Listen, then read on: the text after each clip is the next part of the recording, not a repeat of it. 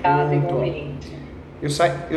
Nós estamos aqui numa sala de aula, a sala lá eles estão pendurando um quadro, então eu ia fazer barulho, eu vim para a sala de aula, que aqui no nosso escritório tem uma sala de aula no fundo dos cursos que eu dou para os advogados. Então aqui a gente usa para curso, mas vamos conversar aqui. Tá ótimo. Tá bom? Tudo bem com vocês? Tomaram a vacina do Covid? Tá tudo bem de saúde? Tá tudo bem de saúde? Sim, graças a Deus. Graças a Deus, que é o principal, né? É o principal. A última vez que nós conversamos, o senhor elaborou um contrato para nós, porque nós trabalhamos com kitnet também. Vocês chegaram, vocês vieram no escritório, não vieram pessoalmente, gente? Nós fomos, lembrei de vocês. Depois disso, agendamos uma reunião, né? Ele não pôde participar e eu participei. E aí nós fizemos um contrato para... Agora, eu quero saber de vocês qual que é o segredo para não envelhecer, porque vocês estão iguais. Que coisa boa, né? Então, doutor, aquela vez lá, a Vivi estava aí, né, próxima, e eu estava longe, né? Eu lembrei, você estava na Irlanda? Isso, na Irlanda. Foi... E nós chamamos pelo telefone, online, né? Você participou online, né? Legal. Isso, ela foi no escritório e eu estava longe. Que legal, gente. Bom revê-los e principalmente saber que vocês estão bem de saúde, isso que é importante, né? Que bom. Maravilha. Eu lembro de vocês, eu sou muito bom de fisionomia, mas é só a história que vocês vão ter que me ajudar um pouquinho, tá? Tá. Aí assim, nós pegamos um contrato, né? E o senhor me ajudou a elaborar e moldar, né, nas nossas condições, assim, personalizar mesmo. Foi um contrato de cessão de direitos possessórios, não foi? Nós temos o uso capião, né, um processo com o senhor. Tá. E aí nós dividimos a casa para poder fazer a locação de 3 kitnets, né? Legal. E aí o senhor depois comprar, só que surgem dúvidas, né? E me fala uma coisa, vocês fizeram isso? Deu certo? Deu certo. Que bom. Deu certo. Já alugou, estão pagando direitinho? Sim, tá bom, exatamente. Isso é importante. Aí nós alugamos, só que tem alguns detalhes assim que a gente fica realmente com dúvidas, né? Tem medo de fazer errado, dar problema, contrato inválido. Eu tenho assistido também alguns vídeos, né? Acompanhando lá o senhor no canal. Então surgem várias dúvidas. Não, conta comigo sim. Vamos tirar todas as dúvidas, viu? A intenção é essa. Sim. Okay. Nós elaboramos aqui um script para poder realmente seguir, né? Eu mandei um contratinho no WhatsApp da JCS. Já está aberto aqui.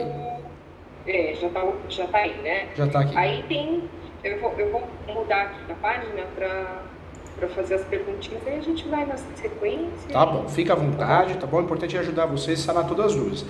O que eu quero trazer para vocês é que o uso capião hoje se tornou um grande instrumento para regularizar imóveis. Então, eu faço uso capião para construtora, pessoa física, pessoa jurídica. Nós temos várias decisões importantes de 2018 para cá. É possível uso capião de herdeiro. Então, o herdeiro que tem a posse exclusiva, a gestão exclusiva do imóvel, pode fazer uso capião, sim. Você pode usar o tempo... É o nosso caso, praticamente. É o caso de vocês. Já tem decisão. Tem juíza mal atualizado, não atualizado, né? Ou às vezes o assessor, assessora, que acaba no primeiro grau criando problema, falando que existe causas impeditivas, mas quando você recorre, você consegue reformar já em segundo grau. Em terceiro grau nem se fala, porque já está pacificado isso, principalmente na terceira turma e a quarta turma também. Então é realidade, né? Na verdade, a partir de 2018, cabe os capião de herdeiro de herança, basta você ter os requisitos, a posse, mansa pacífica nos nome, e também, além desses requisitos, 2 a mais. Eu sempre falo para os alunos, né? Que é a posse exclusiva e a gestão exclusiva do imóvel, que é o que vocês têm. Porque a posse é exclusiva e a gestão do imóvel é exclusiva. E a posse pode ser direta, indireta ou alternada. Então, quando a gente aluga um imóvel, também a gente pode fazer uso capião, porque nós temos posse, indireta, mas é posse. E se o imóvel ficasse fechado e vocês tomassem conta, realizassem limpeza, benfeitorias, também seria possível esse uso capião, tá bom? Vai dar certo. Vai dar certo sim. Amém. Eu entrei no processo, tá indo bem, usamos a matéria de defesa, vocês viram? A súmula 237, ou seja, se alguém aparecer, um herdeiro, alguém que não, eu não aceito, né? Eu não tolero, que acontece, né? Vocês estão usando a súmula 237, que é a súmula do Supremo. O uso capião poderá ser arguido em matéria de defesa, então vocês conseguem se defender em relação a isso, tá bom? A propósito, doutor, já ocorreu a fase de notificações ou ainda está ocorrendo? Na verdade, está na fase de conferência de notificações. Então, algumas já estão ocorrendo, vai ser juntada no processo, e outras o cartório está alegando que o confrontante é outra pessoa, porque o que interessa no uso capião não é o possuidor, o inquilino do lado, ou o posseiro, é o último proprietário, os seus herdeiros. Então, o cartório que acaba localizando isso para nós, entendeu? Ah, tá, porque o confrontante, ele deu a carta de anuência, né, um confrontante lateral. O outro, a gente nem conseguiu acessá-lo, porque ele é idoso e o filho não deixou a gente ter acesso a ele. Entendi. Não, mas ele vai ser citado por correio. Se assim não fizer, aí o que vai acontecer? Vai ser citado por edital, uma terceira tentativa, né? Uma terceira para quarta. Então, de certa forma, o processo não trava de uso capião. Por isso nós vamos fazer do uso capião no juizado, né? O valor da ação, o valor da causa, no juizado só até 40 salários mínimos. Então, por isso, pelo valor, a gente não usa o juizado. Mas se desse para usar, a gente não usaria por falta do uso do edital, da citação para edital, porque no uso capião ele destrava, né? Ele entrega a possibilidade de você seguir com a ação mesmo que não consiga citar alguém. Então é muito interessante isso, né? Tá. Nesse caso, olha, por exemplo, esse confrontante aqui da direita, né? Ele, até então, esse que é idoso, né? E os filhos não deixaram nós participamos com ele.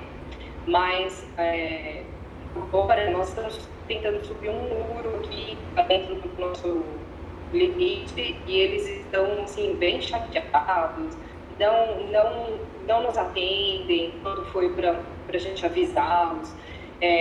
Assim, estão criando casos, chamaram a polícia, chamaram a fiscalização da prefeitura, a fiscalização veio aqui e falou que poderia, assim, que não precisaria de alvará subir o muro, porque não está alterando a planta do imóvel, né? A gente tem um problema. Hoje mesmo, ela veio aqui bater o pedreiro, filmou, falou que o pedreiro está ameaçando ela de morte, que está quebrando as coisas lá, tal, enfim. Assim, a gente pode atrapalhar o processo. Na verdade, aquele vizinho, que normalmente ele quer criar problema, ele pode se habilitar ao processo. Nós temos duas formas de entrar no uso capião. Ou a habilitação no uso capião judicial, que é a habilitação como terceiro interessado, ou a partir do momento que ele é notificado, citado, ele pode apresentar uma contestação, ele ou ela, né? Isso acontece com os últimos proprietários dos seus herdeiros e os confinantes, os confrontantes também. Mas isso não quer dizer que vocês vão perder o processo, né? Então, se de fato alguém fizer isso, como é uma ação declaratória, por isso o uso capião não tem réu, porque é uma ação declaratória. Vocês estão batendo na porta do Poder Judiciário e falando: judiciário, eu tenho a posse, manso pacífica e ânimos dono, e eu quero converter isso em propriedade. Então, vocês fazendo isso, vocês conseguem não fugir do foco, né? A ação de uso capião é interessante, por mais que apareça um monte de gente reclamando, que não concorda, isso ou aquilo, vocês conseguem ter sucesso. Por quê? Porque é uma ação declaratória. Vocês vão provar a posse manso pacífica e ânimos dono. No caso do uso capião de herdeiro, vocês vão provar ainda a gestão exclusiva e a posse exclusiva. Então, mesmo que várias pessoas questionem, apareçam no processo, não é o caso. Vocês vão ganhar mesmo assim o processo. Não vai perder por causa disso, não, viu? Eu quero até contar um caso para vocês, não sei se eu tinha falado. Eu tenho um casal aqui, idosos, mas gente finíssima, né? Eles estão fazendo o uso capião da vaga de garagem, que é possível. O Supremo já decidiu. Nós já conseguimos decisões aqui em São Paulo, no Rio Grande do Sul. Eu fui um dos primeiros advogados a conseguir a decisão de uso capião de vaga de garagem no Brasil. Isso ocorreu em 2017. Olha o que aconteceu, gente. O síndico passou para a administradora de condomínio. A administradora de condomínio mandou para o jurídico. Muitas vezes advogado terceirizado não sabe nem o que está acontecendo, mas ele aprendeu na faculdade que tem que contestar, tem que questionar. Então, a peça que foi feita da contestação do uso capião de vaga de garagem foi muito ofensiva a eles. Tanto é que eu liguei para o síndico, eu falei: mas por que você ofendeu tanto eles, né? Você tem alguma mágoa? Porque é algo fora do comum. Ele falou: não, eu não estou nem sabendo, eu nem li a peça. Então, é muito comum, o que eu quero dizer com isso, que é muito comum as pessoas gritarem e querer ganhar no grito, mas não é eficaz, que nem uso capião. Se não bater no lugar certo ou provar que vocês não têm razão, vocês vão ganhar do mesmo jeito, não adianta gritar, entendeu? Espernear, né? Beleza. Então, aí assim, dúvidas referente ao contrato, né? Nós temos uma cláusula, que é a cláusula segunda, que está dizendo que no rateio de água e luz, o ideal seria dividir o valor por quatro casas, né? seria a nossa mais 3 kitnets, para poder fazer a divisão. Só que nós estamos fazendo a cobrança pelo valor de estimativa, que seriam R$90. Esse valor ele estava suprindo, mas agora ele não está suprindo mais, né? Nós podemos dividir isso direto pelo número de pessoas, ou temos que mudar, porque consta em contrato, pego o valor, divido por 4 casas, e daí sim eu divido por cabeça para fazer o cálculo. Por isso, quando nós fazemos um contrato e colocamos um valor específico, né, R$100, 150, 200, isso é perigoso, porque não tem atualização. O ideal é sempre amarrar o salário mínimo. Então você coloca 1/4 do salário mínimo, você coloca lá um valor, realmente existe o valor real do IPTU dividido em 4, né? Então tem que fazer isso para você conseguir amarrar, senão você fica prejudicado. Já que está dessa forma no contrato, o ideal é fazer um aditivo, bem simples, pode ser um aditivo mesmo, que é o ideal, uma folha só, ou até para o WhatsApp, um e-mail para facilitar. Olha, então fica feito o aditivo, fica combinado que o valor será pago dessa tal forma, entendeu? Isso pode ser feito de forma mais simples, não precisa ser diretamente um aditivo escrito. Se dá para fazer, ótimo. Se não dá, vai no WhatsApp, vai no e-mail. Por que eu falo isso, Viviane? Porque a gente sabe que às vezes você quer consertar as coisas e a pessoa não atende, não responde, né? Então dá para fazer o mais simples pelo WhatsApp ali, formalizando. O importante é formalizar, entendeu? Tá, então nesse caso, ou eu respeito, pegando a soma da água, da luz, dividindo por unidades e dividindo por cabeça, como consta na cláusula, né? Ou então eu tenho que ter um aditivo, é isso? É isso porque mesmo. Se eu simplesmente pegar o número das pessoas e dividir por cabeça, não posso, porque no contrato está constando que é para fazer dividido por unidade, e aí sim dividir pelo número de pessoas. O ideal sempre, a cláusula contratual, ela faz lei entre as partes. Então, quando você quer alterar, o que você tem que fazer? O certo é um aditivo, nem que seja uma folha, um aditivo.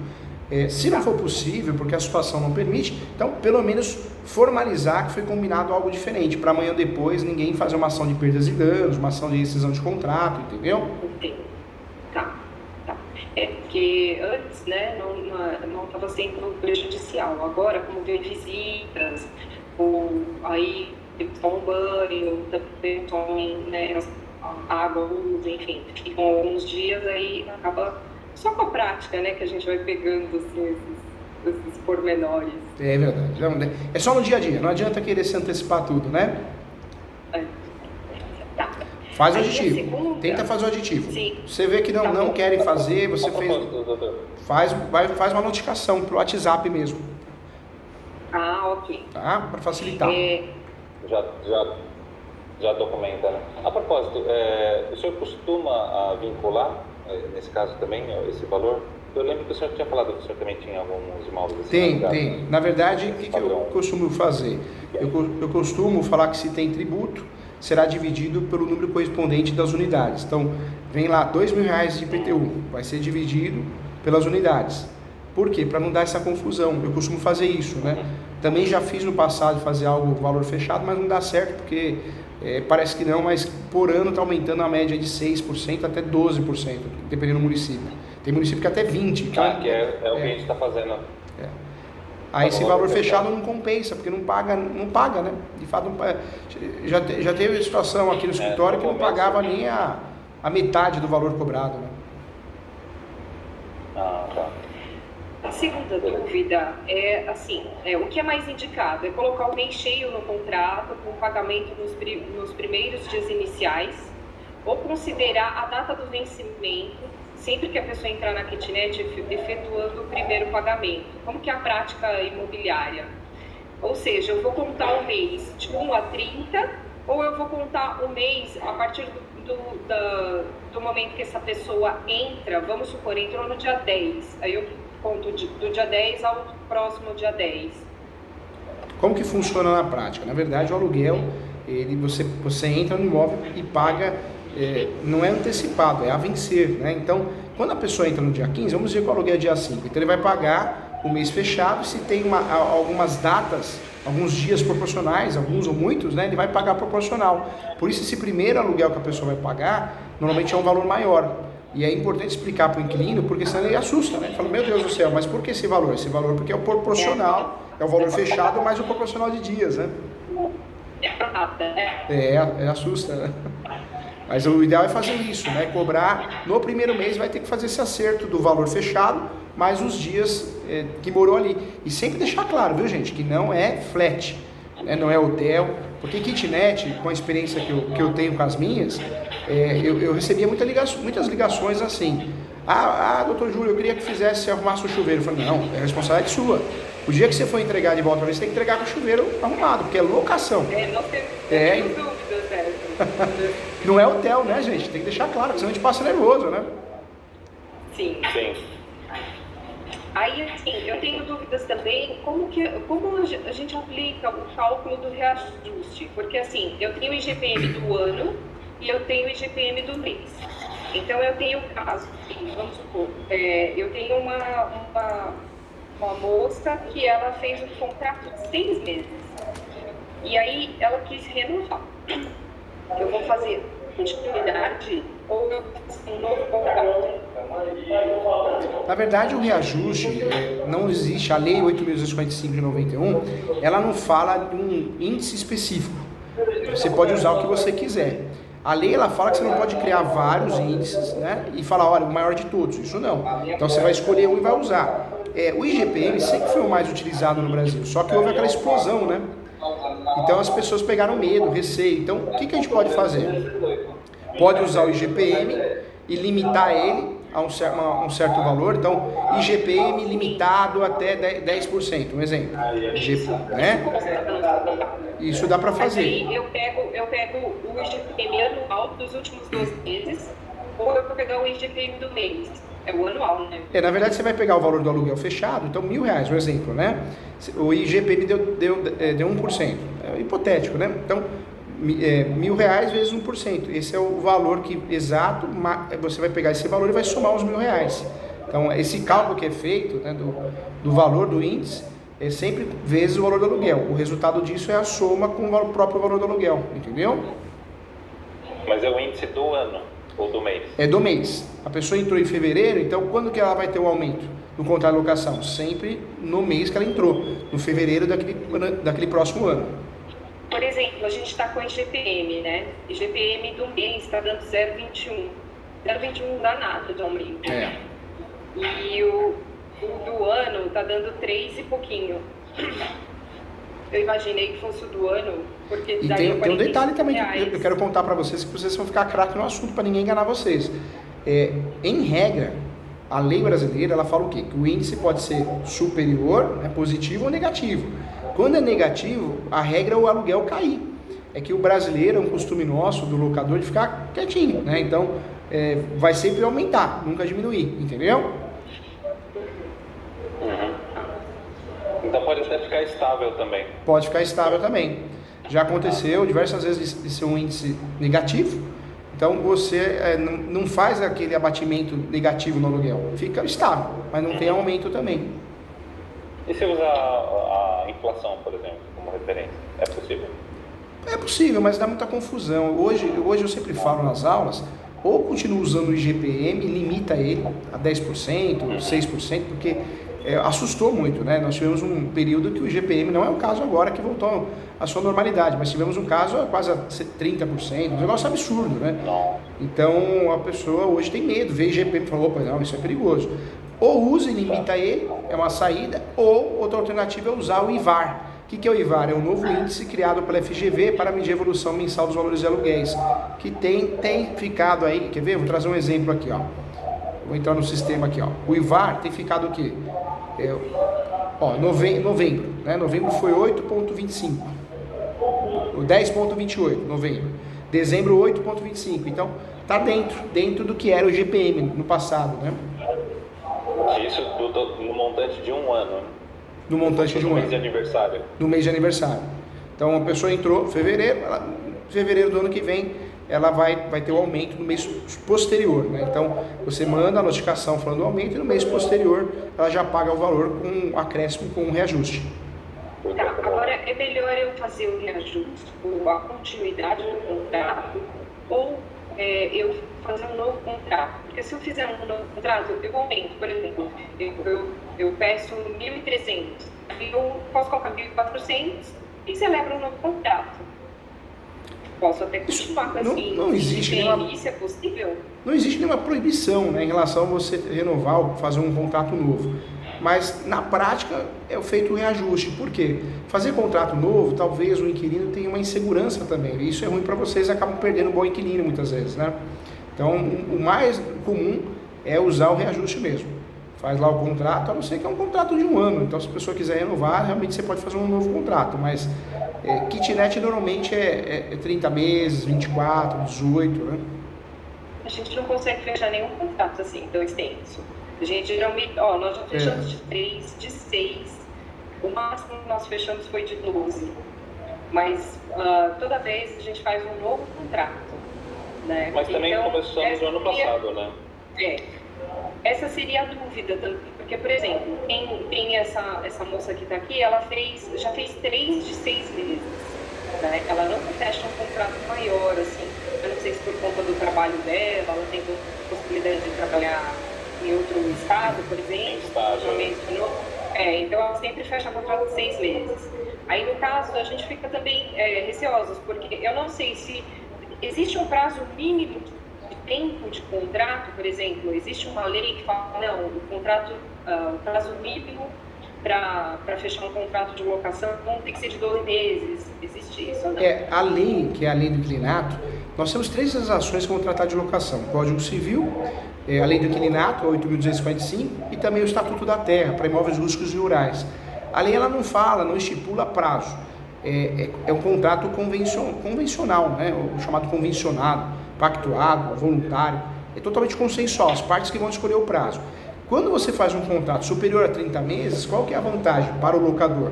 Ele pode pedir o imóvel a qualquer momento ao final do contrato. É diferente de quando você faz um período inferior a isso. Mas para vocês, como é locação de kitnet, o público é outro, vocês dificilmente vão aplicar reajuste, porque você vê, o contrato maior é de 12 meses, a hora que chegar no fim do contrato, quer renovar? Usa um novo contrato, né? É mais se aparecer alguém e falar, olha, quero realmente fazer um contrato de no mínimo 24 meses. Então aí vocês vão usar o índice de reajuste por questão de segurança. Tem que ter, né? Nesse caso, doutor, pode fazer até Airbnb, contrato de 1 dia, então. Pode fazer assim, a lei brasileira permite, viu? Não existe nenhum impedimento legal. Tá. Inclusive está muito na moda, né? Esse tipo de contrato aqui no Brasil também, né? Nós temos algumas pessoas aqui que deixaram de fazer a locação mensal e hoje trabalham assim. Mas já deu confusão também, viu? A empresa que fazia esse tipo de locação, colocaram pessoas erradas no imóvel e destruíram o imóvel, né? Então é complicado, tem as duas faces da situação, né? Sim. Entendi. Aí o outro bem seria, nesse caso de manutenção, né? Por exemplo, como troca de lâmpada, desgaste de torneira, quebra de geladeira, com que nós devemos proceder, porque no contrato ele fala, né, que tudo é por conta essas manutenções, assim, quebras, é tudo por conta do inquilino, né? Aí, só que assim, a gente tem a consciência de que, às vezes, por exemplo, a gente já colocou um armário novo, mas a geladeira nós compramos já usadinha, né? Então, assim, se acontecer de quebrar, na mão do inquilino, lógico que em ótimo estado a gente faz a revisão, tudo, né? Mas se acontecer de quebrar na mão do inquilino, por exemplo, a gente sabe que pode ter sido por mau uso, sim, mas a gente sabe também que é um produto que não é novo, né? Que pode sim dar problema. Existe uma regra. O que o senhor indica? No Brasil, já está pacificado esse assunto. Como que funciona no Brasil, segundo os julgados, né? Até para a gente safar de confusão, hoje ficou pacificado assim, na locação, no contrato de locação. Quando nós falamos de locação, a responsabilidade estrutural. Então, vazamento, elétrica, é sempre do proprietário, do possuidor, né? Ou do proprietário, que é o locador. A manutenção é responsabilidade do inquilino. Então, quando vai um perito, não é o caso, a confusão fica feia, né? Quando vai um perito, já é um processo judicial. Mas quando vai um perito, o juiz nomeia um perito, ele vai para identificar manutenção, falta de manutenção, ou é vício estrutural. Se for vício estrutural, quem vai ganhar a ação é o locador, estrutural é o inquilino, né? Porque é obrigação do locador. Se for manutenção, quem vai ganhar a ação é o locador, porque é culpa exclusiva do inquilino. Então, a responsabilidade da locação se divide em estrutural e manutenção. Se é falta de manutenção, é inquilino. Se é estrutural, é o locador. Entendeu? Sim, sim. Ótimo. Então, a gente também nós fizemos um termo de vistoria, né? Que é um termo que fala das condições, de tudo que se encontra na kitnet, né? O estado que está... Por exemplo, esses dias a gente teve um problema aí meio sério. Entrou um inquilino e aí ele, depois de um tempo, ele recebeu uma visita e o encanamento dele, o encanamento da kitnet entupiu. Ele chamou, nos avisou e aí nós tivemos que resolver o problema, né? Tudo no contrato está dizendo que aí nesse caso seria por conta do inquilino. Só que nós, política de boa vizinhança, nós fomos lá, Paulo ficou 3 dias para tentar desentupir esse encanamento, pensamos em chamar uma empresa especializada e tal. Quando conseguimos desentupir o encanamento, fomos ver papel higiênico... Manutenção. Eu tive um processo aqui que virou processo, briga. O quintal. Esse processo que eu tive aqui, de um cliente, era uma briga que foi parar no judiciário e o perito, quando foi lá, viu que estava vazando no estuque da casa. Por quê? Porque era a falta de limpeza da calha. Limpeza da calha é o quê? Manutenção, não é estrutural. Então, de quem que é a obrigação? Do inquilino. Nesse caso, o papel higiênico é do inquilino. É mau uso, né? Mas é criança, não importa, é mau uso, é manutenção. Então, na verdade, vocês não deveriam arcar. Porque nessa situação, quando chama alguém, essa pessoa vai até lá e vê que é mau uso, o que vocês poderiam fazer é falar, olha, isso é mau uso, não é estrutural. Então, quem vai arcar é vocês, a gente vai incluir no aluguel. Não aceito isso. Aí vai de vocês se querem fazer a rescisão do contrato, né, judicialmente, uma perdas e danos. Então, vai de vocês, ou ao final do contrato pede perdas e danos do que gastou, entendeu? Nós pensamos em até, de repente, né, oferecer esse serviço. Bom, a pessoa está precisando, a gente pode até oferecer o serviço por um valor, né, mais ou menos assim. Só toma cuidado. Porque ele vai precisar chamar... Oi? Viviane e Paulo, viu? Eu gosto de vocês são pessoas do bem. Só toma cuidado, porque as pessoas... Está faltando bom senso, né? Inclusive faleceu um tio meu quinta-feira e eu gostava muito dele por causa disso, bom senso, e está faltando no ser humano e principalmente no brasileiro. Toma cuidado, o meu medo de vocês fazerem isso, que as pessoas confundem, a pessoa vai achar que é o quê? Hotel, ela vai esquecer que é uma locação e vai achar que é hotel. Então esses serviços a gente quer às vezes ajudar, eu incluo, você paga mais 100, é perigoso porque a pessoa confunde, amanhã ou depois ela vai falar, não, mas não é locação. Isso aqui, então toma cuidado, não perde a característica de locação, porque senão a situação fica frágil para vocês, fica frágil, fica ruim, fica desgastante, entendeu? Entendi. Aí aqui, Paulo, lê aquela mensagem da Isa que ela mandou. Sim. Nós temos aqui essa inquilina Isa, né? Ela alugou a kitnet é para uso individual, só que ela está querendo trazer uma prima dela para residir enquanto ela não estiver por um período de 4 dias, uma semana mais ou menos. Só que assim, por mês. A gente não tem documento da pessoa, as responsabilidades, eu não sei como que ficaria, eu não sei como nós não conhecemos, né? Porque antes de colocar uma inquilina dentro da nossa kitnet, a gente faz um levantamento, né, do perfil da pessoa, como que ela é e tal, e assim, a gente não conhece muito bem a índole da pessoa também, né? Vocês podem até no contrato de locação... O doutor acha que é possível isso ou não? Esse contrato de locação ele vai melhorando cada vez mais, né? Eu falo que por mais que você faça um contrato bem feito, conforme o que vocês vão passando na prática, vocês vão incluindo. O contrato de locação permite uma cláusula informando que a locação é feita exclusivamente para os que conste no contrato, né? Ou pelo menos os autorizados, que qualquer pessoa que venha morar terceiro precisa ter a anuência, né, do locador. Isso não é abusivo. Também proibir a sublocação, porque acontece muito, né? Tem pessoa que aluga kitnet, vem morar comigo aqui, você dorme na sala e você me ajuda a pagar o aluguel. Então, acontece muito, né? A gente está achando que pode ser isso também. Pode ser também, acontece muito. Então, o ideal para evitar isso é criar uma cláusula no contrato proibindo, que isso não pode acontecer, sob pena de rescisão do contrato, e caso ocorra com a devida autorização de vocês, que são os proprietários, né? os locadores. O que ela diz na mensagem é que é só umas 4 vezes no mês. Ela diz assim, que a amiga, essa prima dela, perguntou se poderia dormir ali, que a passagem dela pela cidade é rapidinho, apenas para dormir mesmo. O problema é que nesse mês e no próximo, ela, a Isadora, ficará em São Paulo, quase não ficará em São Paulo por causa do trabalho. Queria ver se ela pode dormir aqui enquanto eu não estiver. Aliás, para mim é bom que alguém venha de vez em quando para molhar as plantinhas e abrir a casa. Podemos combinar de uma forma que vocês se sintam seguros. Por exemplo, mandamos uma cópia dos documentos dela para vocês. Também comunico previamente a vocês aqui pelo grupo sobre os dias que ela viria. Ela não está nem especificando quais dias. Entendi. O que vocês podem fazer, talvez uma sugestão, mandar pelo WhatsApp, olha, fica expressamente autorizada ela morar no imóvel, com a nossa autorização, porém, deve respeitar as regras combinadas, lembrando que não permitimos sublocação. Né? Então, alguma coisa assim, tem que estar formalizado pelo WhatsApp. Só para ajudar. Né? Eu falo isso porque o ideal é fazer aditivo para tudo, né? Qualquer mudança contratual, mas não é fácil. A pessoa trabalha, vocês também trabalham, tem os problemas, tem as situações para resolver, não bate as agendas, né? A pessoa foge do outro lado também, então o WhatsApp hoje se tornou uma forma de você formalizar, pelo menos você formaliza, isso é importante, né? Tá, joia. Então acho que dá para arriscar, então. Dá para arriscar. Se ela cumprir do jeito que ela está dizendo, de alguns dias no mês, 4 vezes no mês, e provavelmente, pelo que ela está dizendo aqui, são dias que ela vai estar ausente e a prima viria no lugar dela. Então nós não vamos estar juntas. Entendi.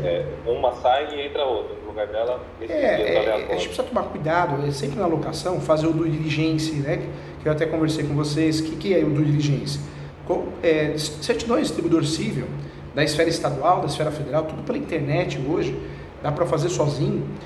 Também SPC e Serasa, porque você percebe que a pessoa é mal pagadora ou boa pagadora através de processos e outras ações de despejo. Então, isso é importante fazer. Hoje no Brasil, o que garante as locações, seja o valor do aluguel que for, é o due diligence bem feito, né? Você selecionar bem as pessoas. Mas também se colocar muitas regras, daqui a pouco vocês não conseguem alugar, né? Tem isso também, né? Sim. É claro, um contrato que amarre, com todo cuidado é pouco, porque locação é algo sério. Mas tem que ter também uma abertura, porque senão não consegue fazer a locação, né? Não pode engessar. Até porque se você num apartamento, por exemplo, ou numa outra kitnet, desses que são feitos através de imobiliária e tal, de repente a pessoa poderia, né, passar até um mês lá, se fosse ficar. É verdade. Tem que ter um meio termo, né? Tem que ter meio termo, um contrato que proteja vocês, formalizar tudo pelo WhatsApp para evitar dor de cabeça no futuro. Tem muita gente mal intencionada, em todos os sentidos, né? Na locação eu vejo muito. Eu vi um caso também ano passado aqui no escritório. O inquilino abandonou ele, a esposa e os filhos, abandonou o imóvel. O locador foi mal orientado por um colega advogado, e eu falo que advogado, por isso eu pego no pé dos meus alunos, quem faz tudo não faz nada, né? Vai acabar orientando errado. O advogado, na época, orientou ele a entrar no imóvel, falou, o imóvel é seu, entra. Ele entrou, mandou pintar. Nossa. Depois de quase 3 semanas aparece quem? Eles. Mas o que você fez? Você entrou na minha casa? Cadê minha geladeira, fogão? Não tinha geladeira, fogão. Fizeram o processo criminal e fizeram o processo civil. O processo civil eles ganharam. Foi do juizado, ganharam o processo civil. E não adianta recorrer no juizado, né? Então vai ter um prejuízo aí, um prejuízo grande, né? Então precisa tomar cuidado. Tem orientações absurdas que a gente vê por aí, né? Tomar cuidado. O contrato além da invasão, né? Invasão. Porque o contrato de locação, você entregou a posse para a pessoa, você só entra na casa dela com a autorização dela, ou judicial, né? Sim. Reintegração de posse. Despejo, né? Despejo. A reintegração é no caso de invasão. Quando tem locação é sempre despejo. Na locação tem 4 ações. Despejo, que é a ação que vai rescindir e reaver o imóvel. Tem a ação também, que é a chamada ação revisional, para aumentar o valor do aluguel ou diminuir. Tem a consignação de pagamento de aluguel. E tem a chamada ação renovatória para locações comerciais, né? Travou. Voltou? Vamos ver. Agora voltou. Travou. Agora voltou, né? Parou. Voltou. Voltou. Tem 4 ações então locatícias: despejo para rescindir o contrato e para reaver o imóvel. E despejo não é só por falta de pagamento, hein, gente? Tem vários motivos, hein? Tem despejo por descumprimento contratual, vício. Então, vocês alugam a kitnet, o sujeito ele aluga só para fumar droga, para usar droga. Se vocês conseguem tirar essa pessoa mesmo que ela pague aluguel em dia, porque é despejo por ato ilícito, né? Para vender droga, entorpecente, alguma coisa. Então nós temos vários motivos, nós temos pelo menos aí 36 espécies de despejos, né? Também ele fala aqui da permanência de animais, né? Que é vedada a permanência de animais que sob pena de multa de R$200. Só que assim, nós sabemos que o contrato é bilateral, né? E nós temos 3 gatos e um cachorro. E esses gatinhos, eles gostam, né? Como a casa antes era uma só, eles gostavam de ir no quintal, tomar sol, né? Eles gostam. E agora eles estão todos do lado de cá, só que às vezes a gente deixa os nossos bichinhos irem para o lado de lá. Isso, assim, isso pode dar multa para nós? Ou, não, assim, na verdade, tivemos uma decisão no direito condominial, porque o condomínio não pode proibir que o condômino tenha animal. Essa era a briga, né? Então, foi parar no Supremo, o Supremo falou, não, o condômino faz o que quiser na casa dele, o animal tudo bem, não pode andar em área comum, né? Tem áreas que ele não pode transitar, mas é um direito do condômino ter animal. Agora, na locação, essa cláusula de proibição de animais, ela não é considerada abusiva, não. É que as pessoas estão fazendo confusão porque a mídia é terrível, ela divulgou errado, né? Mas essa é a questão do condômino. Agora, na locação isso é possível, você pode proibir, pode ser pactuado, né? Pode então, ser. mas o problema é que nós proibimos a eles, mas nós temos os nossos, que os nossos circulam na área comum deles também. Inclusive eu coloquei telas, essas telas de apartamento para criança, eu coloquei nas janelas deles para evitar que os nossos entrem nas casas deles. Ah, mas isso não muda nada, porque até vocês querem uma proteção, porque vocês já têm os animais, né, os cachorrinhos. Então, já pensou se cada um tem um cachorrinho? Meu Deus, é um canil, né? E outro, pega um cachorro bravo, alguma coisa, machuca os outros, né? Então, vocês podem proibir sim, como locador vocês podem proibir, não é porque vocês têm, vocês teriam que autorizar, entendeu? Inclusive um desses gatos nossos, eles já convive no mesmo espaço comum deles, na área da lavanderia, de varais. A gatinha fica lá rodeando por eles, mas assim, eles são simpáticos aos animais.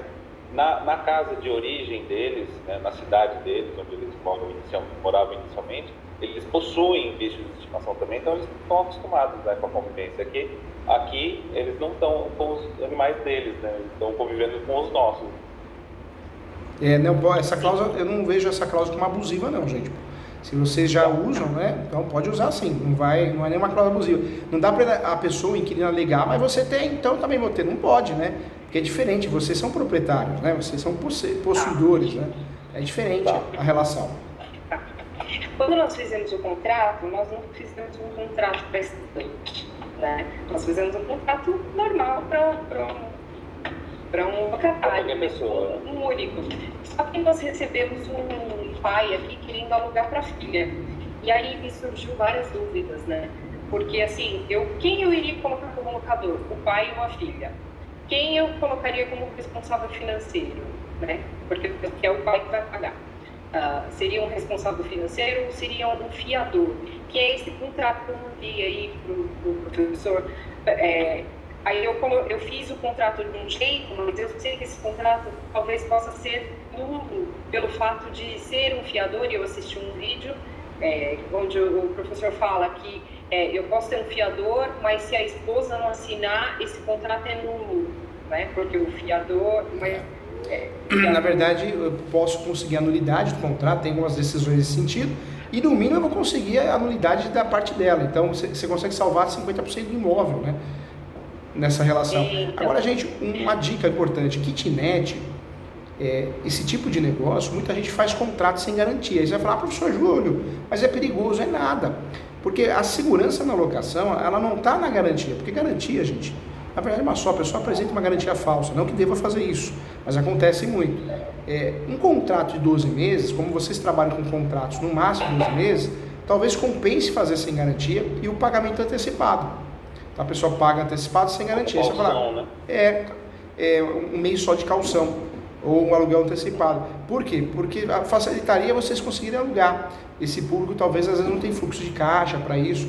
E detalhe, eu vejo isso como vantajoso, porque vocês conseguem, se precisar despejar essa pessoa, pedir uma tutela antecipada, que é a liminar, e consegue ter sucesso nessa tutela antecipada. Diferente quando a gente tem caução, que se você pede uma tutela antecipada, muitas vezes você não consegue, entendeu? Tá, entendi. Então, nesse caso, o senhor orienta tirar os cheques, não usar mais os cheques e fazer o pagamento antecipado. O pagamento antecipado. Acho melhor. Eu acho melhor porque, juridicamente pensando, estrategicamente, processualmente, poxa, se essa pessoa dá problema para você, vocês tiram ela rápido. Porque kitnet, ainda mais que vocês moram próximo, você pega uma pessoa errada. Eu tive um caso também que a pessoa usava droga. Pessoa muito, muito do bem, só que ela era viciada. Então, ela, 6 meses, legal, uma pessoa, começou a usar a droga, era outra. Som alto, música, chamava a gente para ficar em casa, então tinha muita reclamação dos outros vizinhos. O que nós tivemos que fazer? Ação de despejo. A sorte nossa que foi o quê? Foi um contrato de locação sem garantia. Então, o juiz já deu o despejo. Então, você tira com mais celeridade essa pessoa, entendeu? Tá. Aí, por exemplo, eu fiz. É que nós adotamos esse método porque a gente já vinha seguindo a mesma ideia que o César Barroso. Eu sei que vem de um curso, não é? Isso, e é administrador, né, de kitnets, né? Antes do curso, ele fazia vídeos gratuitos, né, na época ainda, antes dele vender o curso, que ele sempre disse que a forma como ele adotava era sempre dessa forma, pela facilidade. Ele achava que assim era mais fácil, tanto da pessoa entrar no imóvel como de sair do imóvel, e fácil, estar mobiliada era mais fácil de entrar e sair. E os cheques como garantia era uma forma fácil de aplicar uma multa caso algum descumprimento do contrato por parte do eu acho que nesses casos kitnet, cobrar a garantia é algo complicado. Você ganha de um lado a garantia quando ela não é fria, né? Mas por outro lado você acaba perdendo também. Então eu faria o que? Eu faço, na verdade, nas kitnets que eu tenho, eu faço o que? Um contrato de locação sem garantia, porque é mais fácil de eu tirar essa pessoa com uma liminar. Em alguns casos, no passado, eu pedi aí a antecipação de um aluguel, como se fosse uma caução. Hoje nem isso eu faço mais, porque eu percebo que é melhor não ficar tão preso à pessoa também, porque se é um inquilino problemático, eu quero que ele saia, né? Então eu também não fico tão preso com ele ou ela, né? E se ele quebrar alguma coisa, por exemplo, um box ou então, mas blindex? Sempre antes de entregar o imóvel, vocês vão fazer a vistoria. E vocês vão falar, o box está quebrado, a torneira está quebrada, o chuveiro está quebrado, e nós não entregamos assim. Você tem aí 10 dias para arrumar, uma semana. Ah, eu já arrumei, vai fazer outra vistoria, passou, acabou. Vamos dizer que a pessoa é relaxada e suma. Perdas e danos, né? Você faz uma ação de perdas e danos. Porque vamos ser sinceros, um aluguel não vai suprir. Se a pessoa é destruidora, um aluguel não vai suprir. Então, se você pegou uma pessoa assim, perdas e danos que vai resolver isso. Perdas e danos é uma ação para... você vai pedir uma reparação do que você gastou para arrumar limpo. A gente pega 3 cheques. De 3 aluguéis. É o que a gente pega, né? Mas aí eu vi no vídeo que para tirar a pessoa teria que esgotar, né, os cheques primeiro para depois poder despejo. Eu oriento fazer sem garantia para kitnet, nesse modelo de negócio. Amarrar bem o contrato. Se a pessoa age de má fé e destrói, na auto-vistoria ela não quer reformar, não quer arrumar, né? Não é nem reformar, arrumar, fazer as benfeitorias, aí você pode fazer uma ação de perdas e danos. Ah, mas se tiver um aluguel eu já desconto, mas um aluguel não supre. A gente sabe que hoje, se a pessoa é nesse nível de destruir as coisas, a gente sabe que um aluguel não paga uma porta, não paga, né? Preço de kitnet, mão de obra, tudo. Então compensa fazer uma ação de perdas e danos, nem que for no juizado especial civil, que não gasta nada. Só para ter uma ideia, mais ou menos, uma ação de perdas e danos, no caso de um imóvel assim pequeno, compacto, poderia girar em torno de quanto? A perdas e danos, nós temos que lembrar que são os danos morais e os danos materiais. Então, vamos dizer que vocês alugaram a kitnet, a pessoa destruiu chuveiro, janela, porta, e para reformar fica 3 mil. Essa pessoa vai ter que reembolsar vocês. Dá para mandar uma notificação extrajudicial, uma notificação judicial. Não reembolsou, vocês poderiam fazer uma ação judicial de perdas e danos, entendeu? Tá. Perfeito. Aí no caso também, olha, no contratinho eu gostaria de saber se ficou certo da forma que eu fiz. Porque assim, eu coloquei nesse contrato de estudante a locatária como a própria estudante de 21 anos, os dados dela. Aí eu coloquei embaixo, eu criei aqui, né? Na verdade, eu não sei se está certo. Responsável financeiro, fiador, que é esse contrato que eu te mandei. Aí eu coloquei o nome do pai, os dados todos. Viviane, mais um detalhe que eu queria te explicar para vocês ficarem craques. Vocês vão ficar craques para ninguém enganar vocês. Conhecimento é tudo. Fiador, as pessoas não sabem disso, é importante. Pode ser uma garantia limitada ou ilimitada. Então, o fiador, você pode criar uma cláusula dizendo, uma garantia limitada até 5 aluguéis, 3 aluguéis, 10 aluguéis. Isso é comum. E quando a gente não menciona nada, é ilimitado. O que o inquilino ficar devendo, o fiador vai ter que pagar. A responsabilidade do fiador é sempre subsidiária. Primeiro eu cobro o inquilino, depois o fiador. Se tiver uma cláusula no contrato dizendo que existiu a inversão de responsabilidade, o fiador não responde só subsidiariamente, ele responde ao mesmo momento. Você vai processar o inquilino, você já processa o fiador junto, entendeu? Entendeu? Tá. Aí, no caso, meu inquilino é a filha, mas ela não tem renda. A renda, o comprovante de renda é do pai. Quem vai fazer o pagamento é o pai, né? Quem faz o pagamento. Aqui eu coloquei responsável financeiro, fiador. Isso está certo. Agora, o fiador, ele tem que apresentar... Eu coloquei os dados dele. O fiador é garantia pessoal, então o ideal é que ele apresente, ele ou ela, pelo menos um olerite, né, registrado, ou uma casa, alguma coisa para ser fiador, porque ser fiador por si só, o fiador, a garantia qual que é? É o CPF da pessoa. Se ela não tem bens, não tem emprego fixo, é difícil, né? Depois também não adianta, você não recebe nada. É pior fazer um contrato desse do que não fazer um contrato sem garantia, porque você fica amarrado, não consegue usar a liminar e ela não tem efeito prático de garantia, né? Então ficou certo esse contrato, doutor? Ficou sim. Você poderia incluir uma cláusula de inversão de responsabilidade, onde o fiador responde de forma solidária e não subsidiária. Você poderia incluir essa cláusula se você quisesse, se a parte aceitar. Por que eu falo isso? Porque se precisar, você não vai processar primeiro, né, o inquilino para depois processar o fiador. Você já processa numa ação só os dois. Ganha tempo, né? Economia. Colocar o nome da pessoa de forma solidária, é isso? Isso, você pode colocar assim, o fiador, ele é responsável como garantia de forma solidária, responsabilidade solidária. Solidária. Aí, ele sendo o pai, né, responsável financeiro, eu peguei a assinatura da filha, a Laís, a estudante, eu peguei a assinatura dele, eu queria ter a assinatura da esposa também, pelo fato de ter um fiador e ele ser... O ideal é pegar a assinatura da esposa como anuente. No contrato você abre um tópico, anuente, e põe o nome dela, ela é anuente no contrato, né? Isso ajudaria muito no contrato. Concordando, né? Concordando, para não falar que foi omitido, né? Entendi. Nesse caso, eu não pedi a assinatura dela. O contrato vai ser válido? Porque eu vi o seu vídeo que... Vai, o contrato é válido de locação, né? Mas a garantia, você pode ter problema, porque amanhã ou depois, se você precisar cobrar o fiador vai fazer uma ação que chama embargo de terceiro e falar, não, da minha parte eu não tenho nada a ver. Eu nem estava sabendo do contrato, entendeu? Então, é um contrato que não vai mudar a característica do contrato em relação à validade, mas muda em relação à sua estratégia para receber, entendeu? Entendi. É um contrato válido, mas vai dificultar um pouco. Ele tem um buraquinho que, se precisar usar, na verdade você deixou uma margem para outra pessoa fugir e se defender.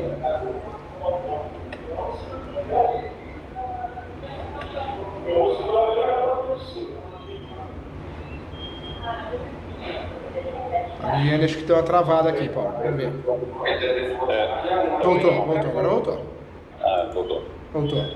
E no caso da negociação, a gente precisa ter PS? Não precisa. Na verdade, quem pode fazer a administração? O próprio proprietário, corretor, administrador de empresa também hoje existe o entendimento que pode. Tem até uma discussão, que seria com exclusividade ou não, mas eu não entro nessa discussão porque é a discussão deles, né? Mas o proprietário certamente pode fazer a administração sozinho, não precisa ter creche não. Que ótimo. Entendi. Tá, essa parte do nosso processo, então o doutor já falou que está correndo bem, né? Que está tudo ok. Eu tenho algumas dúvidas, assim, pontuais, de coisas que vão aparecer em família, em outras situações. E sempre, curiosidades. gente, com muito carinho, viu? Sempre que vocês forem fazer um contrato de locação, o grande segredo qual que é? Fazer um contrato bem feito e, além do contrato bem feito, fazer o due diligence, porque é isso que vai proteger a relação contratual, é isso que vai proteger vocês, viu? O que é o due diligence é aquela auditoria que eu ensinei para vocês. É a cópia do RG, CPF, certidão de distribuidor civil, nome da pessoa, distribuidor criminal, certidões de protesto. Sim. Entendeu? É exatamente isso que vai proteger vocês. Sim. O que a gente faz? A gente entra no Serasa, verifica se a pessoa tem, se consta protestos, né, cheques devolvidos, essas coisas. Nós pegamos os comprovantes de recebido de renda dos últimos 3 ou 6 meses. Tem que ter mais de 6 meses de vínculo empregatício. Ótimo. Todas essas coisas. Isso é importante. Assim. Aí pegamos mas a cópia do não esqueça RG, também, Viviane, solicitar a certidão do distribuidor civil da esfera estadual e da esfera federal, e a criminal também. É fácil conseguir, você entra no site do TJ do estado, né, estadual, e a federal. Você digita no Google, consulta, solicitação de certidão do distribuidor civil, já aparece o link. Não entendi. Se você digitar no Google, certidão, link certidão do distribuidor civil e o estado, né? Então você coloca lá o estado, já aparece o link para você. Compensa fazer isso porque... E essas certidões são gratuitas, né? A maioria são gratuitas. Você vai pagar a partir de uma folha, alguma coisa assim. Perfeito. Tem que fazer, viu, gente? Tem que fazer para dar tudo certo, né? Ótimo. Aí, assim, nós hoje temos uma união estável, né? Que é aquela que nós apresentamos lá para o processo. Só que, assim, essa união estável, como não foi feita em cartório, ela não nos protege, assim, ela não é tão formada. Né? Ela não é feita em cartório, né? No caso, para aquela união estável que vale tanto quanto um casamento, ela é diferente, né? Ele não é um contrato de união estável, é só uma declaração de união estável, apenas com nossas firmas reconhecidas em cartório, só isso. É uma declaração simples. Isso. Aí, no caso, por exemplo, para o processo de uso capião, nós pensamos até em fazer uma união estável, né? Mas, assim, esse terreno, esse imóvel aqui, é um imóvel que ele é herdeiro, né? E aí, que tipo de união a gente tem que fazer para que pode ser retroativa?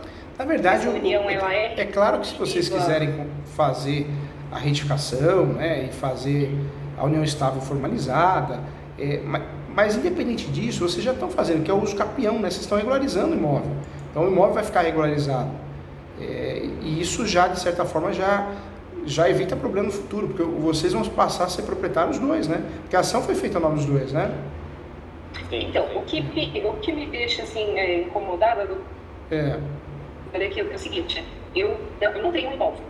Eu tenho um receio do uso capião, por exemplo, não ter êxito. E, assim, ele é herdeiro desse imóvel aqui. Como nós investimos aqui, então ele vai receber a parte que lhe cabe e que foi investida aqui de qualquer forma, né? Mesmo que dividido lá pelos outros herdeiros. Eu não receberia nada, porque não sou herdeira aqui, não sou casada com ele, não tenho o pacto que dá direito a tudo. Não sou casada com comunhão total de bens, também não tenho uma união estável com comunhão total de bens. Então, assim, o valor que eu investi aqui, eu vou tirar como isso? Eu vou reaver isso através dos aluguéis, do recebimento dos aluguéis. É claro que não existe causa-ganha, né? O advogado que fala que existe causa-ganha, fala para os alunos, eu puxo a orelha mesmo. Não existe causa-ganha e não pode falar isso, né? Que nem cirurgia sem risco. Toda cirurgia tem um risco e toda ação pode ocorrer uma fatalidade. Mas a ação está muito bem desenhada dentro dos direitos que vocês têm. Acho difícil dar errado, né? Acho praticamente impossível, né? Claro que não existe causa-ganha, mas tem tudo para dar certo. Então vamos pensar positivo. A questão só dos capião, acho que vai dar certo. Não, a vai gente resolver. pensa, mas eu sou mulher, eu preciso de uma segurança. Eu sei, né? mas então, aí, sabe o que vocês podem fazer? Eu penso, por exemplo, em comprar alguma coisa para mim, mas não sei se eu posso comprar, por exemplo, um terreno, entrar no financiamento. Eu poderia entrar no financiamento, Pode. por exemplo? O uso capião, quando você tem o uso capião nome, ele não te inibe de fazer, ou veta de fazer financiamento imobiliário, a compra de outro imóvel. Não é porque você compra outro imóvel que você vai perder o uso capião. São boatos que existem por aí, mas são boatos absurdos, viu? Você pode ser... Porque eu recebi, eu já pensou, eles falam, não, o uso capião é porque ela... tá fazendo uso capião de lá, do terreno e tal, mas aí vai comprar um apartamento. A gente guarda muito. 50 mil quase. E se amanhã ou depois ele fala pra mim, você vai ter que sair desculpar o imóvel porque você perdeu o processo. É que nós guardamos que o uso capião... Eu estaria numa situação bem delicada. Eu não sei por que nós guardamos isso, né? O uso capião é algo de pessoa muito humilde, é algo de... Não tem nada a ver. Quem faz uso capião é construtora, é incorporadora, é investidor que ganha dinheiro com posse. Então, nós temos no Brasil mais de 36 espécies de capião. Pena que a internet, né, as aulas, a graduação divulga 5. Cursos caríssimos que você aprende 5, faz uma revisão, cursos até fracos, né, sem repertório. Não, o uso capião tem 36 espécies, é um direito de vocês. E não vai impactar na vida de vocês, não poder comprar outro imóvel, ter outro imóvel. Não, a vida continua. Então, são boatos bobos, viu? Doutor, a propósito, nesse caso, a herança, para comunicar a herança, vamos supor, pelo pior das hipóteses, perdemos o processo e eu ainda tenho direito a essa parte da herança, uma porcentagem do imóvel. Quando ele supostamente fosse vendido, na situação que a gente está no momento, ela não teria direito a essa parte que me caberia. A gente precisaria da comunhão total de bens. Na verdade, o uso capião está entrelaçado ao regime do enunciado 492 da 5ª Jornada de Direito Civil. O que quer dizer isso? Esse enunciado, o 492 da 5ª Jornada de Direito Civil, ele diz que a posse é um direito sui generis, um direito totalmente autônomo em relação a outros direitos. Então, não tem nada a ver com o inventário. Você tem os direitos hereditários, mas os direitos possessórios são direitos exclusivos. Então, um vincula o outro. Quando você ganha o uso capião, os seus direitos acabou ali hereditários, porque você conseguiu já regularizar o imóvel com base na posse, entendeu? Então, vocês estão seguindo um caminho que é com base na posse, que, em regra, foge totalmente do direito hereditário. Tá, isso em situação positiva, mas e pensando no lado oposto, no pior das hipóteses, deu azar e perdemos. Se perder, recorre, né? Se você perde qualquer ação, seja qual for, você recorre, tem recurso de apelação para isso. Perdeu de novo, tem recurso, chamado recurso especial extraordinário. Vamos dizer que perdeu de novo, né? Vocês continuaram fazendo posse. No dia seguinte, transitou em julgado, propõe uma nova ação. O uso capião judicial, ele não faz trânsito em julgado. Perdi, nunca mais posso fazer de novo. Você pode, a posse você não para de... você não para de fazer posse, né? Isso também acontece no uso capião extrajudicial, aquele feito no cartório também. Você não trava, né? Você não perde o direito de fazer uma nova tentativa, entendeu? Então, a gente está com essa dúvida porque a gente tem medo de continuar investindo no imóvel, de, por exemplo, construir... O terreno ainda tem 100 metros quadrados vazios, só tem árvore frutífera. A gente poderia investir nesse pedaço ainda? Na verdade, quanto mais vocês investirem, mais ajuda para o uso capião. Porque esses documentos, manutenções, benfeitorias, dá para juntar no uso capião. E prova o ônibus domini, prova a posse. Então é bom. Mas eu investi, qual o risco de perder? Se pensar muito, a gente também não prova no uso capião. E se acontecer uma fatalidade, que não é o caso, vocês podem fazer ação de perdas e danos. Dá para discutir isso, qual tipo de benfeitoria foi feita, então daria para tentar brigar por isso também. Entendi. O bom é a gente fazer contrato, juntar toda a nota sempre amarrar, né? Faz contrato. Mão de obra do pedreiro. Isso, faz recibo de pagamento, paga tudo com recibo. Perfeito. Tá. Então, assim, só enfatizando aqui, eu posso então entrar num financiamento sem problemas, no meu nome não teria problema nenhum. Se eu quiser comprar algo meu, assim... Pode, não tem problema nenhum, viu? Isso é boato bobo, viu, Viane? Boato bobo. Na verdade, o uso capião que vocês estão fazendo, vocês podem ter vários outros imóveis no nome, várias outras ações de uso capião, financiamento imobiliário. É que a gente confunde com o uso capião chamado uso capião constitucional, que é cheio de regras, não pode ter outro imóvel no nome, mas É aquele usucapião, que é específico, não o caso de vocês, entendeu? Sim, entendi.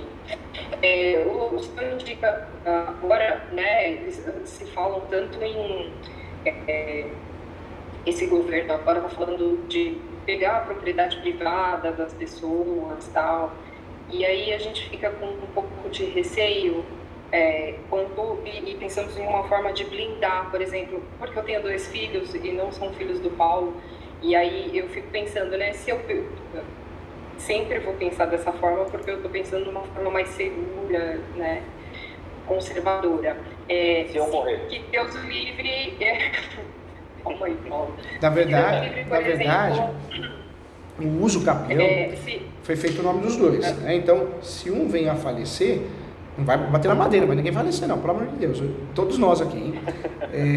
Mas se acontece nos casos fora, o que a gente faz? A gente junta uma petição, juntando atestado de óbito. Então, na verdade, quem ficou vai dar continuidade só ao nome daquela pessoa, entendeu?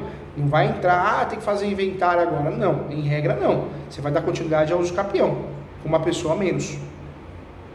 Uma pessoa a menos? É porque o usucapião é fator de posse, não entra no direito às sucessões. Em regra, né? Não teria herdeiro dele. É claro que o herdeiro, se ele tem interesse, ele pode querer saber. Seria meu ou dele. Na verdade, seguiria com o usucapião a pessoa viva, né? O companheiro vivo. A pessoa viva. É claro que um companheiro, a companheira... E pensando ao contrário.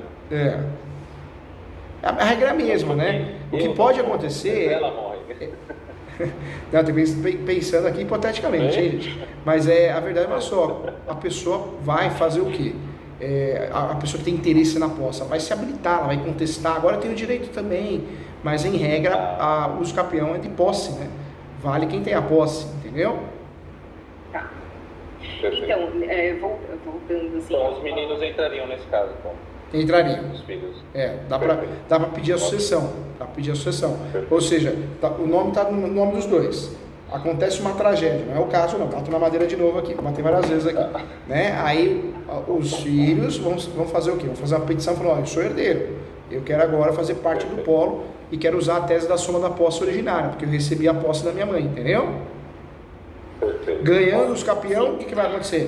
Vai ficar no nome do companheiro e dos 2 filhos. Perfeito. Tá. Então já dá uma segurança a mais para ela saber disso. Já é uma segurança. Tá jóia. Tá. Em relação a comprar, por exemplo, um terreninho aí e colocar no nome dos meus filhos, por exemplo, que seria uma forma de repente, blindar por esse... Não sei se blindaria, né? Porque você fala que vai tirar a posse, vai pegar tudo que é imóvel de proprietários, assim, vai passar para o governo, essas coisas. Isso blindaria meus filhos? Não, porque na verdade você diz de comprar um terreno ou uma casa, né, e colocar o nome deles não o seu. O nome deles e usufruto para mim. Se é deles, mas se acontecer alguma coisa com eles, Na verdade, você está pensando em um planejamento sucessório. O planejamento sucessório pode ser feito de várias formas. Eu posso abrir uma pessoa jurídica e transferir o imóvel para a pessoa jurídica e consigo dividir esse imóvel conforme cotas sociais, mas o que você está fazendo, se for fazer, você está pensando no planejamento sucessório, porque você está criando uma estratégia para não precisar fazer um inventário seu e proteger eles, porque o imóvel fica no nome deles. Então, é uma estratégia interessante para evitar a dor de cabeça, inventário, essas coisas. Não é o caso, né? Mas é uma estratégia que muita gente utiliza, viu? Poderia ser feito isso, ganhando a ação, poderia ser feito assim? Poderia. Então, ganhou a ação, vai ficar no nome dos dois. Para mim? Ganhou a ação, vai ficar no nome dos dois. O que você pode fazer? Você pode fazer uma doação para eles com usufruto vitalício para você. Você pode alugar, você pode emprestar, você pode morar, né? Acontece alguma fatalidade, eles são proprietários. Vai dar baixa no usufruto vitalício. Aí não precisa fazer inventário. Não precisa fazer inventário, porque já está no nome deles, né? Bem mais fácil. Bem mais fácil. A minha mãe mora num imóvel já há mais de 60 anos, né? Os meus avós herdaram esse imóvel, esse terreno. Eles não eram casados, mas eles estavam juntos, tiveram 2 filhas, que foi a minha tia e a minha mãe. Eles casaram, meu pai, aí, os meus tios, eles têm o nome do meu avô e da minha avó na certidão. A minha mãe só tem o nome da minha avó, né? A minha mãe teria direito à parte do meu avô também, ou não? A sua avó, a herança ela desce. Quando a gente tem filhos, ela sempre vai descer. Se a gente não tem filhos, ela sobe, dependendo do regime de casamento, né? Quando nós somos casados, ou da união estável, porque a união estável também posso pactuar. Mas, em regra, a herança desce. Só vai subir, a herança não sobe. Então, teria que fazer uma doação para essas pessoas com usufruto vitalício. Mas se você tem herdeiros necessários, você não pode doar tudo. Você vai ter que respeitar 50% aos herdeiros necessários, entendeu? Não entendi, porque assim, a gente está falando de uma outra situação agora, que não é desse daqui, tá. Que a gente está falando do imóvel que minha mãe mora, né? Aí tem outros tios, e ela mora lá há mais de 60 anos, só que na certidão dela, ela não tem o nome do meu avô, e minhas outras tias têm o nome do meu avô e da minha avó. Então, isso modificaria a proporção que ela tem direito à herança lá, a esse terreno, por exemplo. Minha tia, que tem o nome da mãe e do pai da certidão, ela tem mais direitos nesse terreno do que a minha mãe, que só tem o nome da minha avó. Na verdade, quem é proprietário desse imóvel? Quem consta na matrícula? A avó? Seria minha avó. Ela é a proprietária. Na verdade, ela tem os direitos dela exclusivos, né? Porque ela é proprietária. Ela falecendo, herança, não dá pra gente fazer uma divisão diferente. É sempre igual. Então, ninguém tem mais direito que ninguém. Aquele que mora no imóvel não tem mais direito do que aquele que não mora no imóvel se ele mora com a avó. E a avó falecer sendo proprietária, entendeu? Então mesmo que não tenha o nome dos dois, ela é proprietária igual. Ela é proprietária igual, não muda nada, entendeu? Do pai e da mãe, na certidão. Não muda nada. Isso é uma excelente notícia, doutor. Porque às vezes acontece, né? Pode, às vezes a pessoa fala assim, eu moro com a avó, eu tenho mais direito que você fica quieta aí. Não tem nada a ver, ninguém tem mais direito que ninguém. Por quê? Porque... além dela morar junto, ela também tem o problema do nome dos pais na certidão de nascimento, né? Que ela não tinha o nome do pai, só o nome da mãe. Entendi.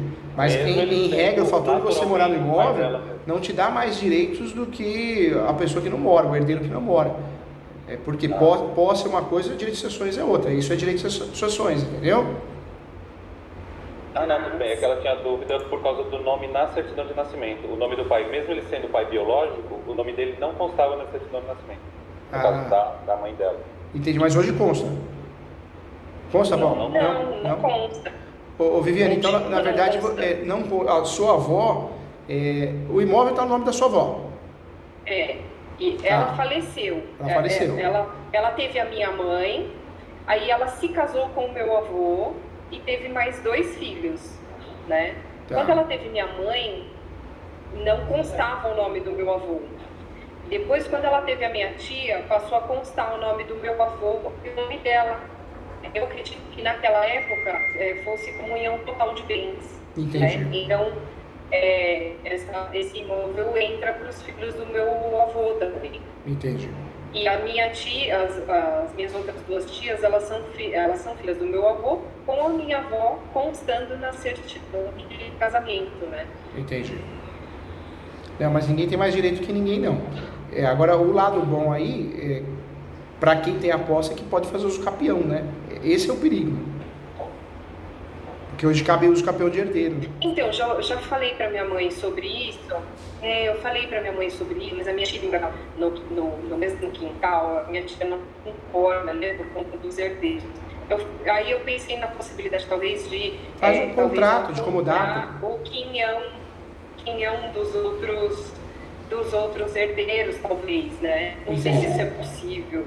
É possível. Mas não foi feito. Pode fazer a cessão de direitos hereditários. Pode fazer. Viviane, Paulo, eu só não vou ficar mais com vocês aqui, porque a pessoa já está reclamando um pouquinho aqui. A gente passou uns 10 minutinhos. Como já tinha um outro atendimento, senão eu ficaria com vocês aqui, tá? Para tirar as dúvidas, bater um papo, que tudo isso é bom, relevante. Mas deu para tirar bastante dúvida, não deu, Viviane? Deu, né, Paulo? Deu sim. Que bom. Posso só perguntar uma coisinha? Minha irmã mora com a minha mãe nessa casa e ela tem 2 filhos. Se minha mãe falecer, eles não podem tirar minha irmã de lá, né? São filhos menores. Não, quem tem a posse tem uma vantagem, né? Quem tem a posse tem os direitos possessórios. Ah, eu sou proprietário, eu vou tirar você daí. Primeiro que não é proprietário, porque se falecer vai ter que fazer inventário para registrar o formal de partilha e se tornar proprietário. Sendo proprietário vai ter que fazer uma ação possessória, mas no caso, se tornando proprietário, pode fazer até uma petitória, que é o correto. Mas não quer dizer que vai tirar a pessoa no primeiro momento, com rapidez, né? Então, não é tão simples assim, tão rápido assim, né? Entendeu? Tá bom? Gente, foi um prazer ver vocês novamente, tá? Qualquer coisa eu tô aqui, viu? Obrigado pela confiança, pelo carinho. Um abração pra vocês, gente. Muito obrigado, tá? Excelente, obrigada. Valeu, doutor. Tchau, gente. Tchau, tchau. Obrigado. Muito obrigado. Fiquem com Deus. Tchau, tchau. Tudo de bom. Tchau, tchau.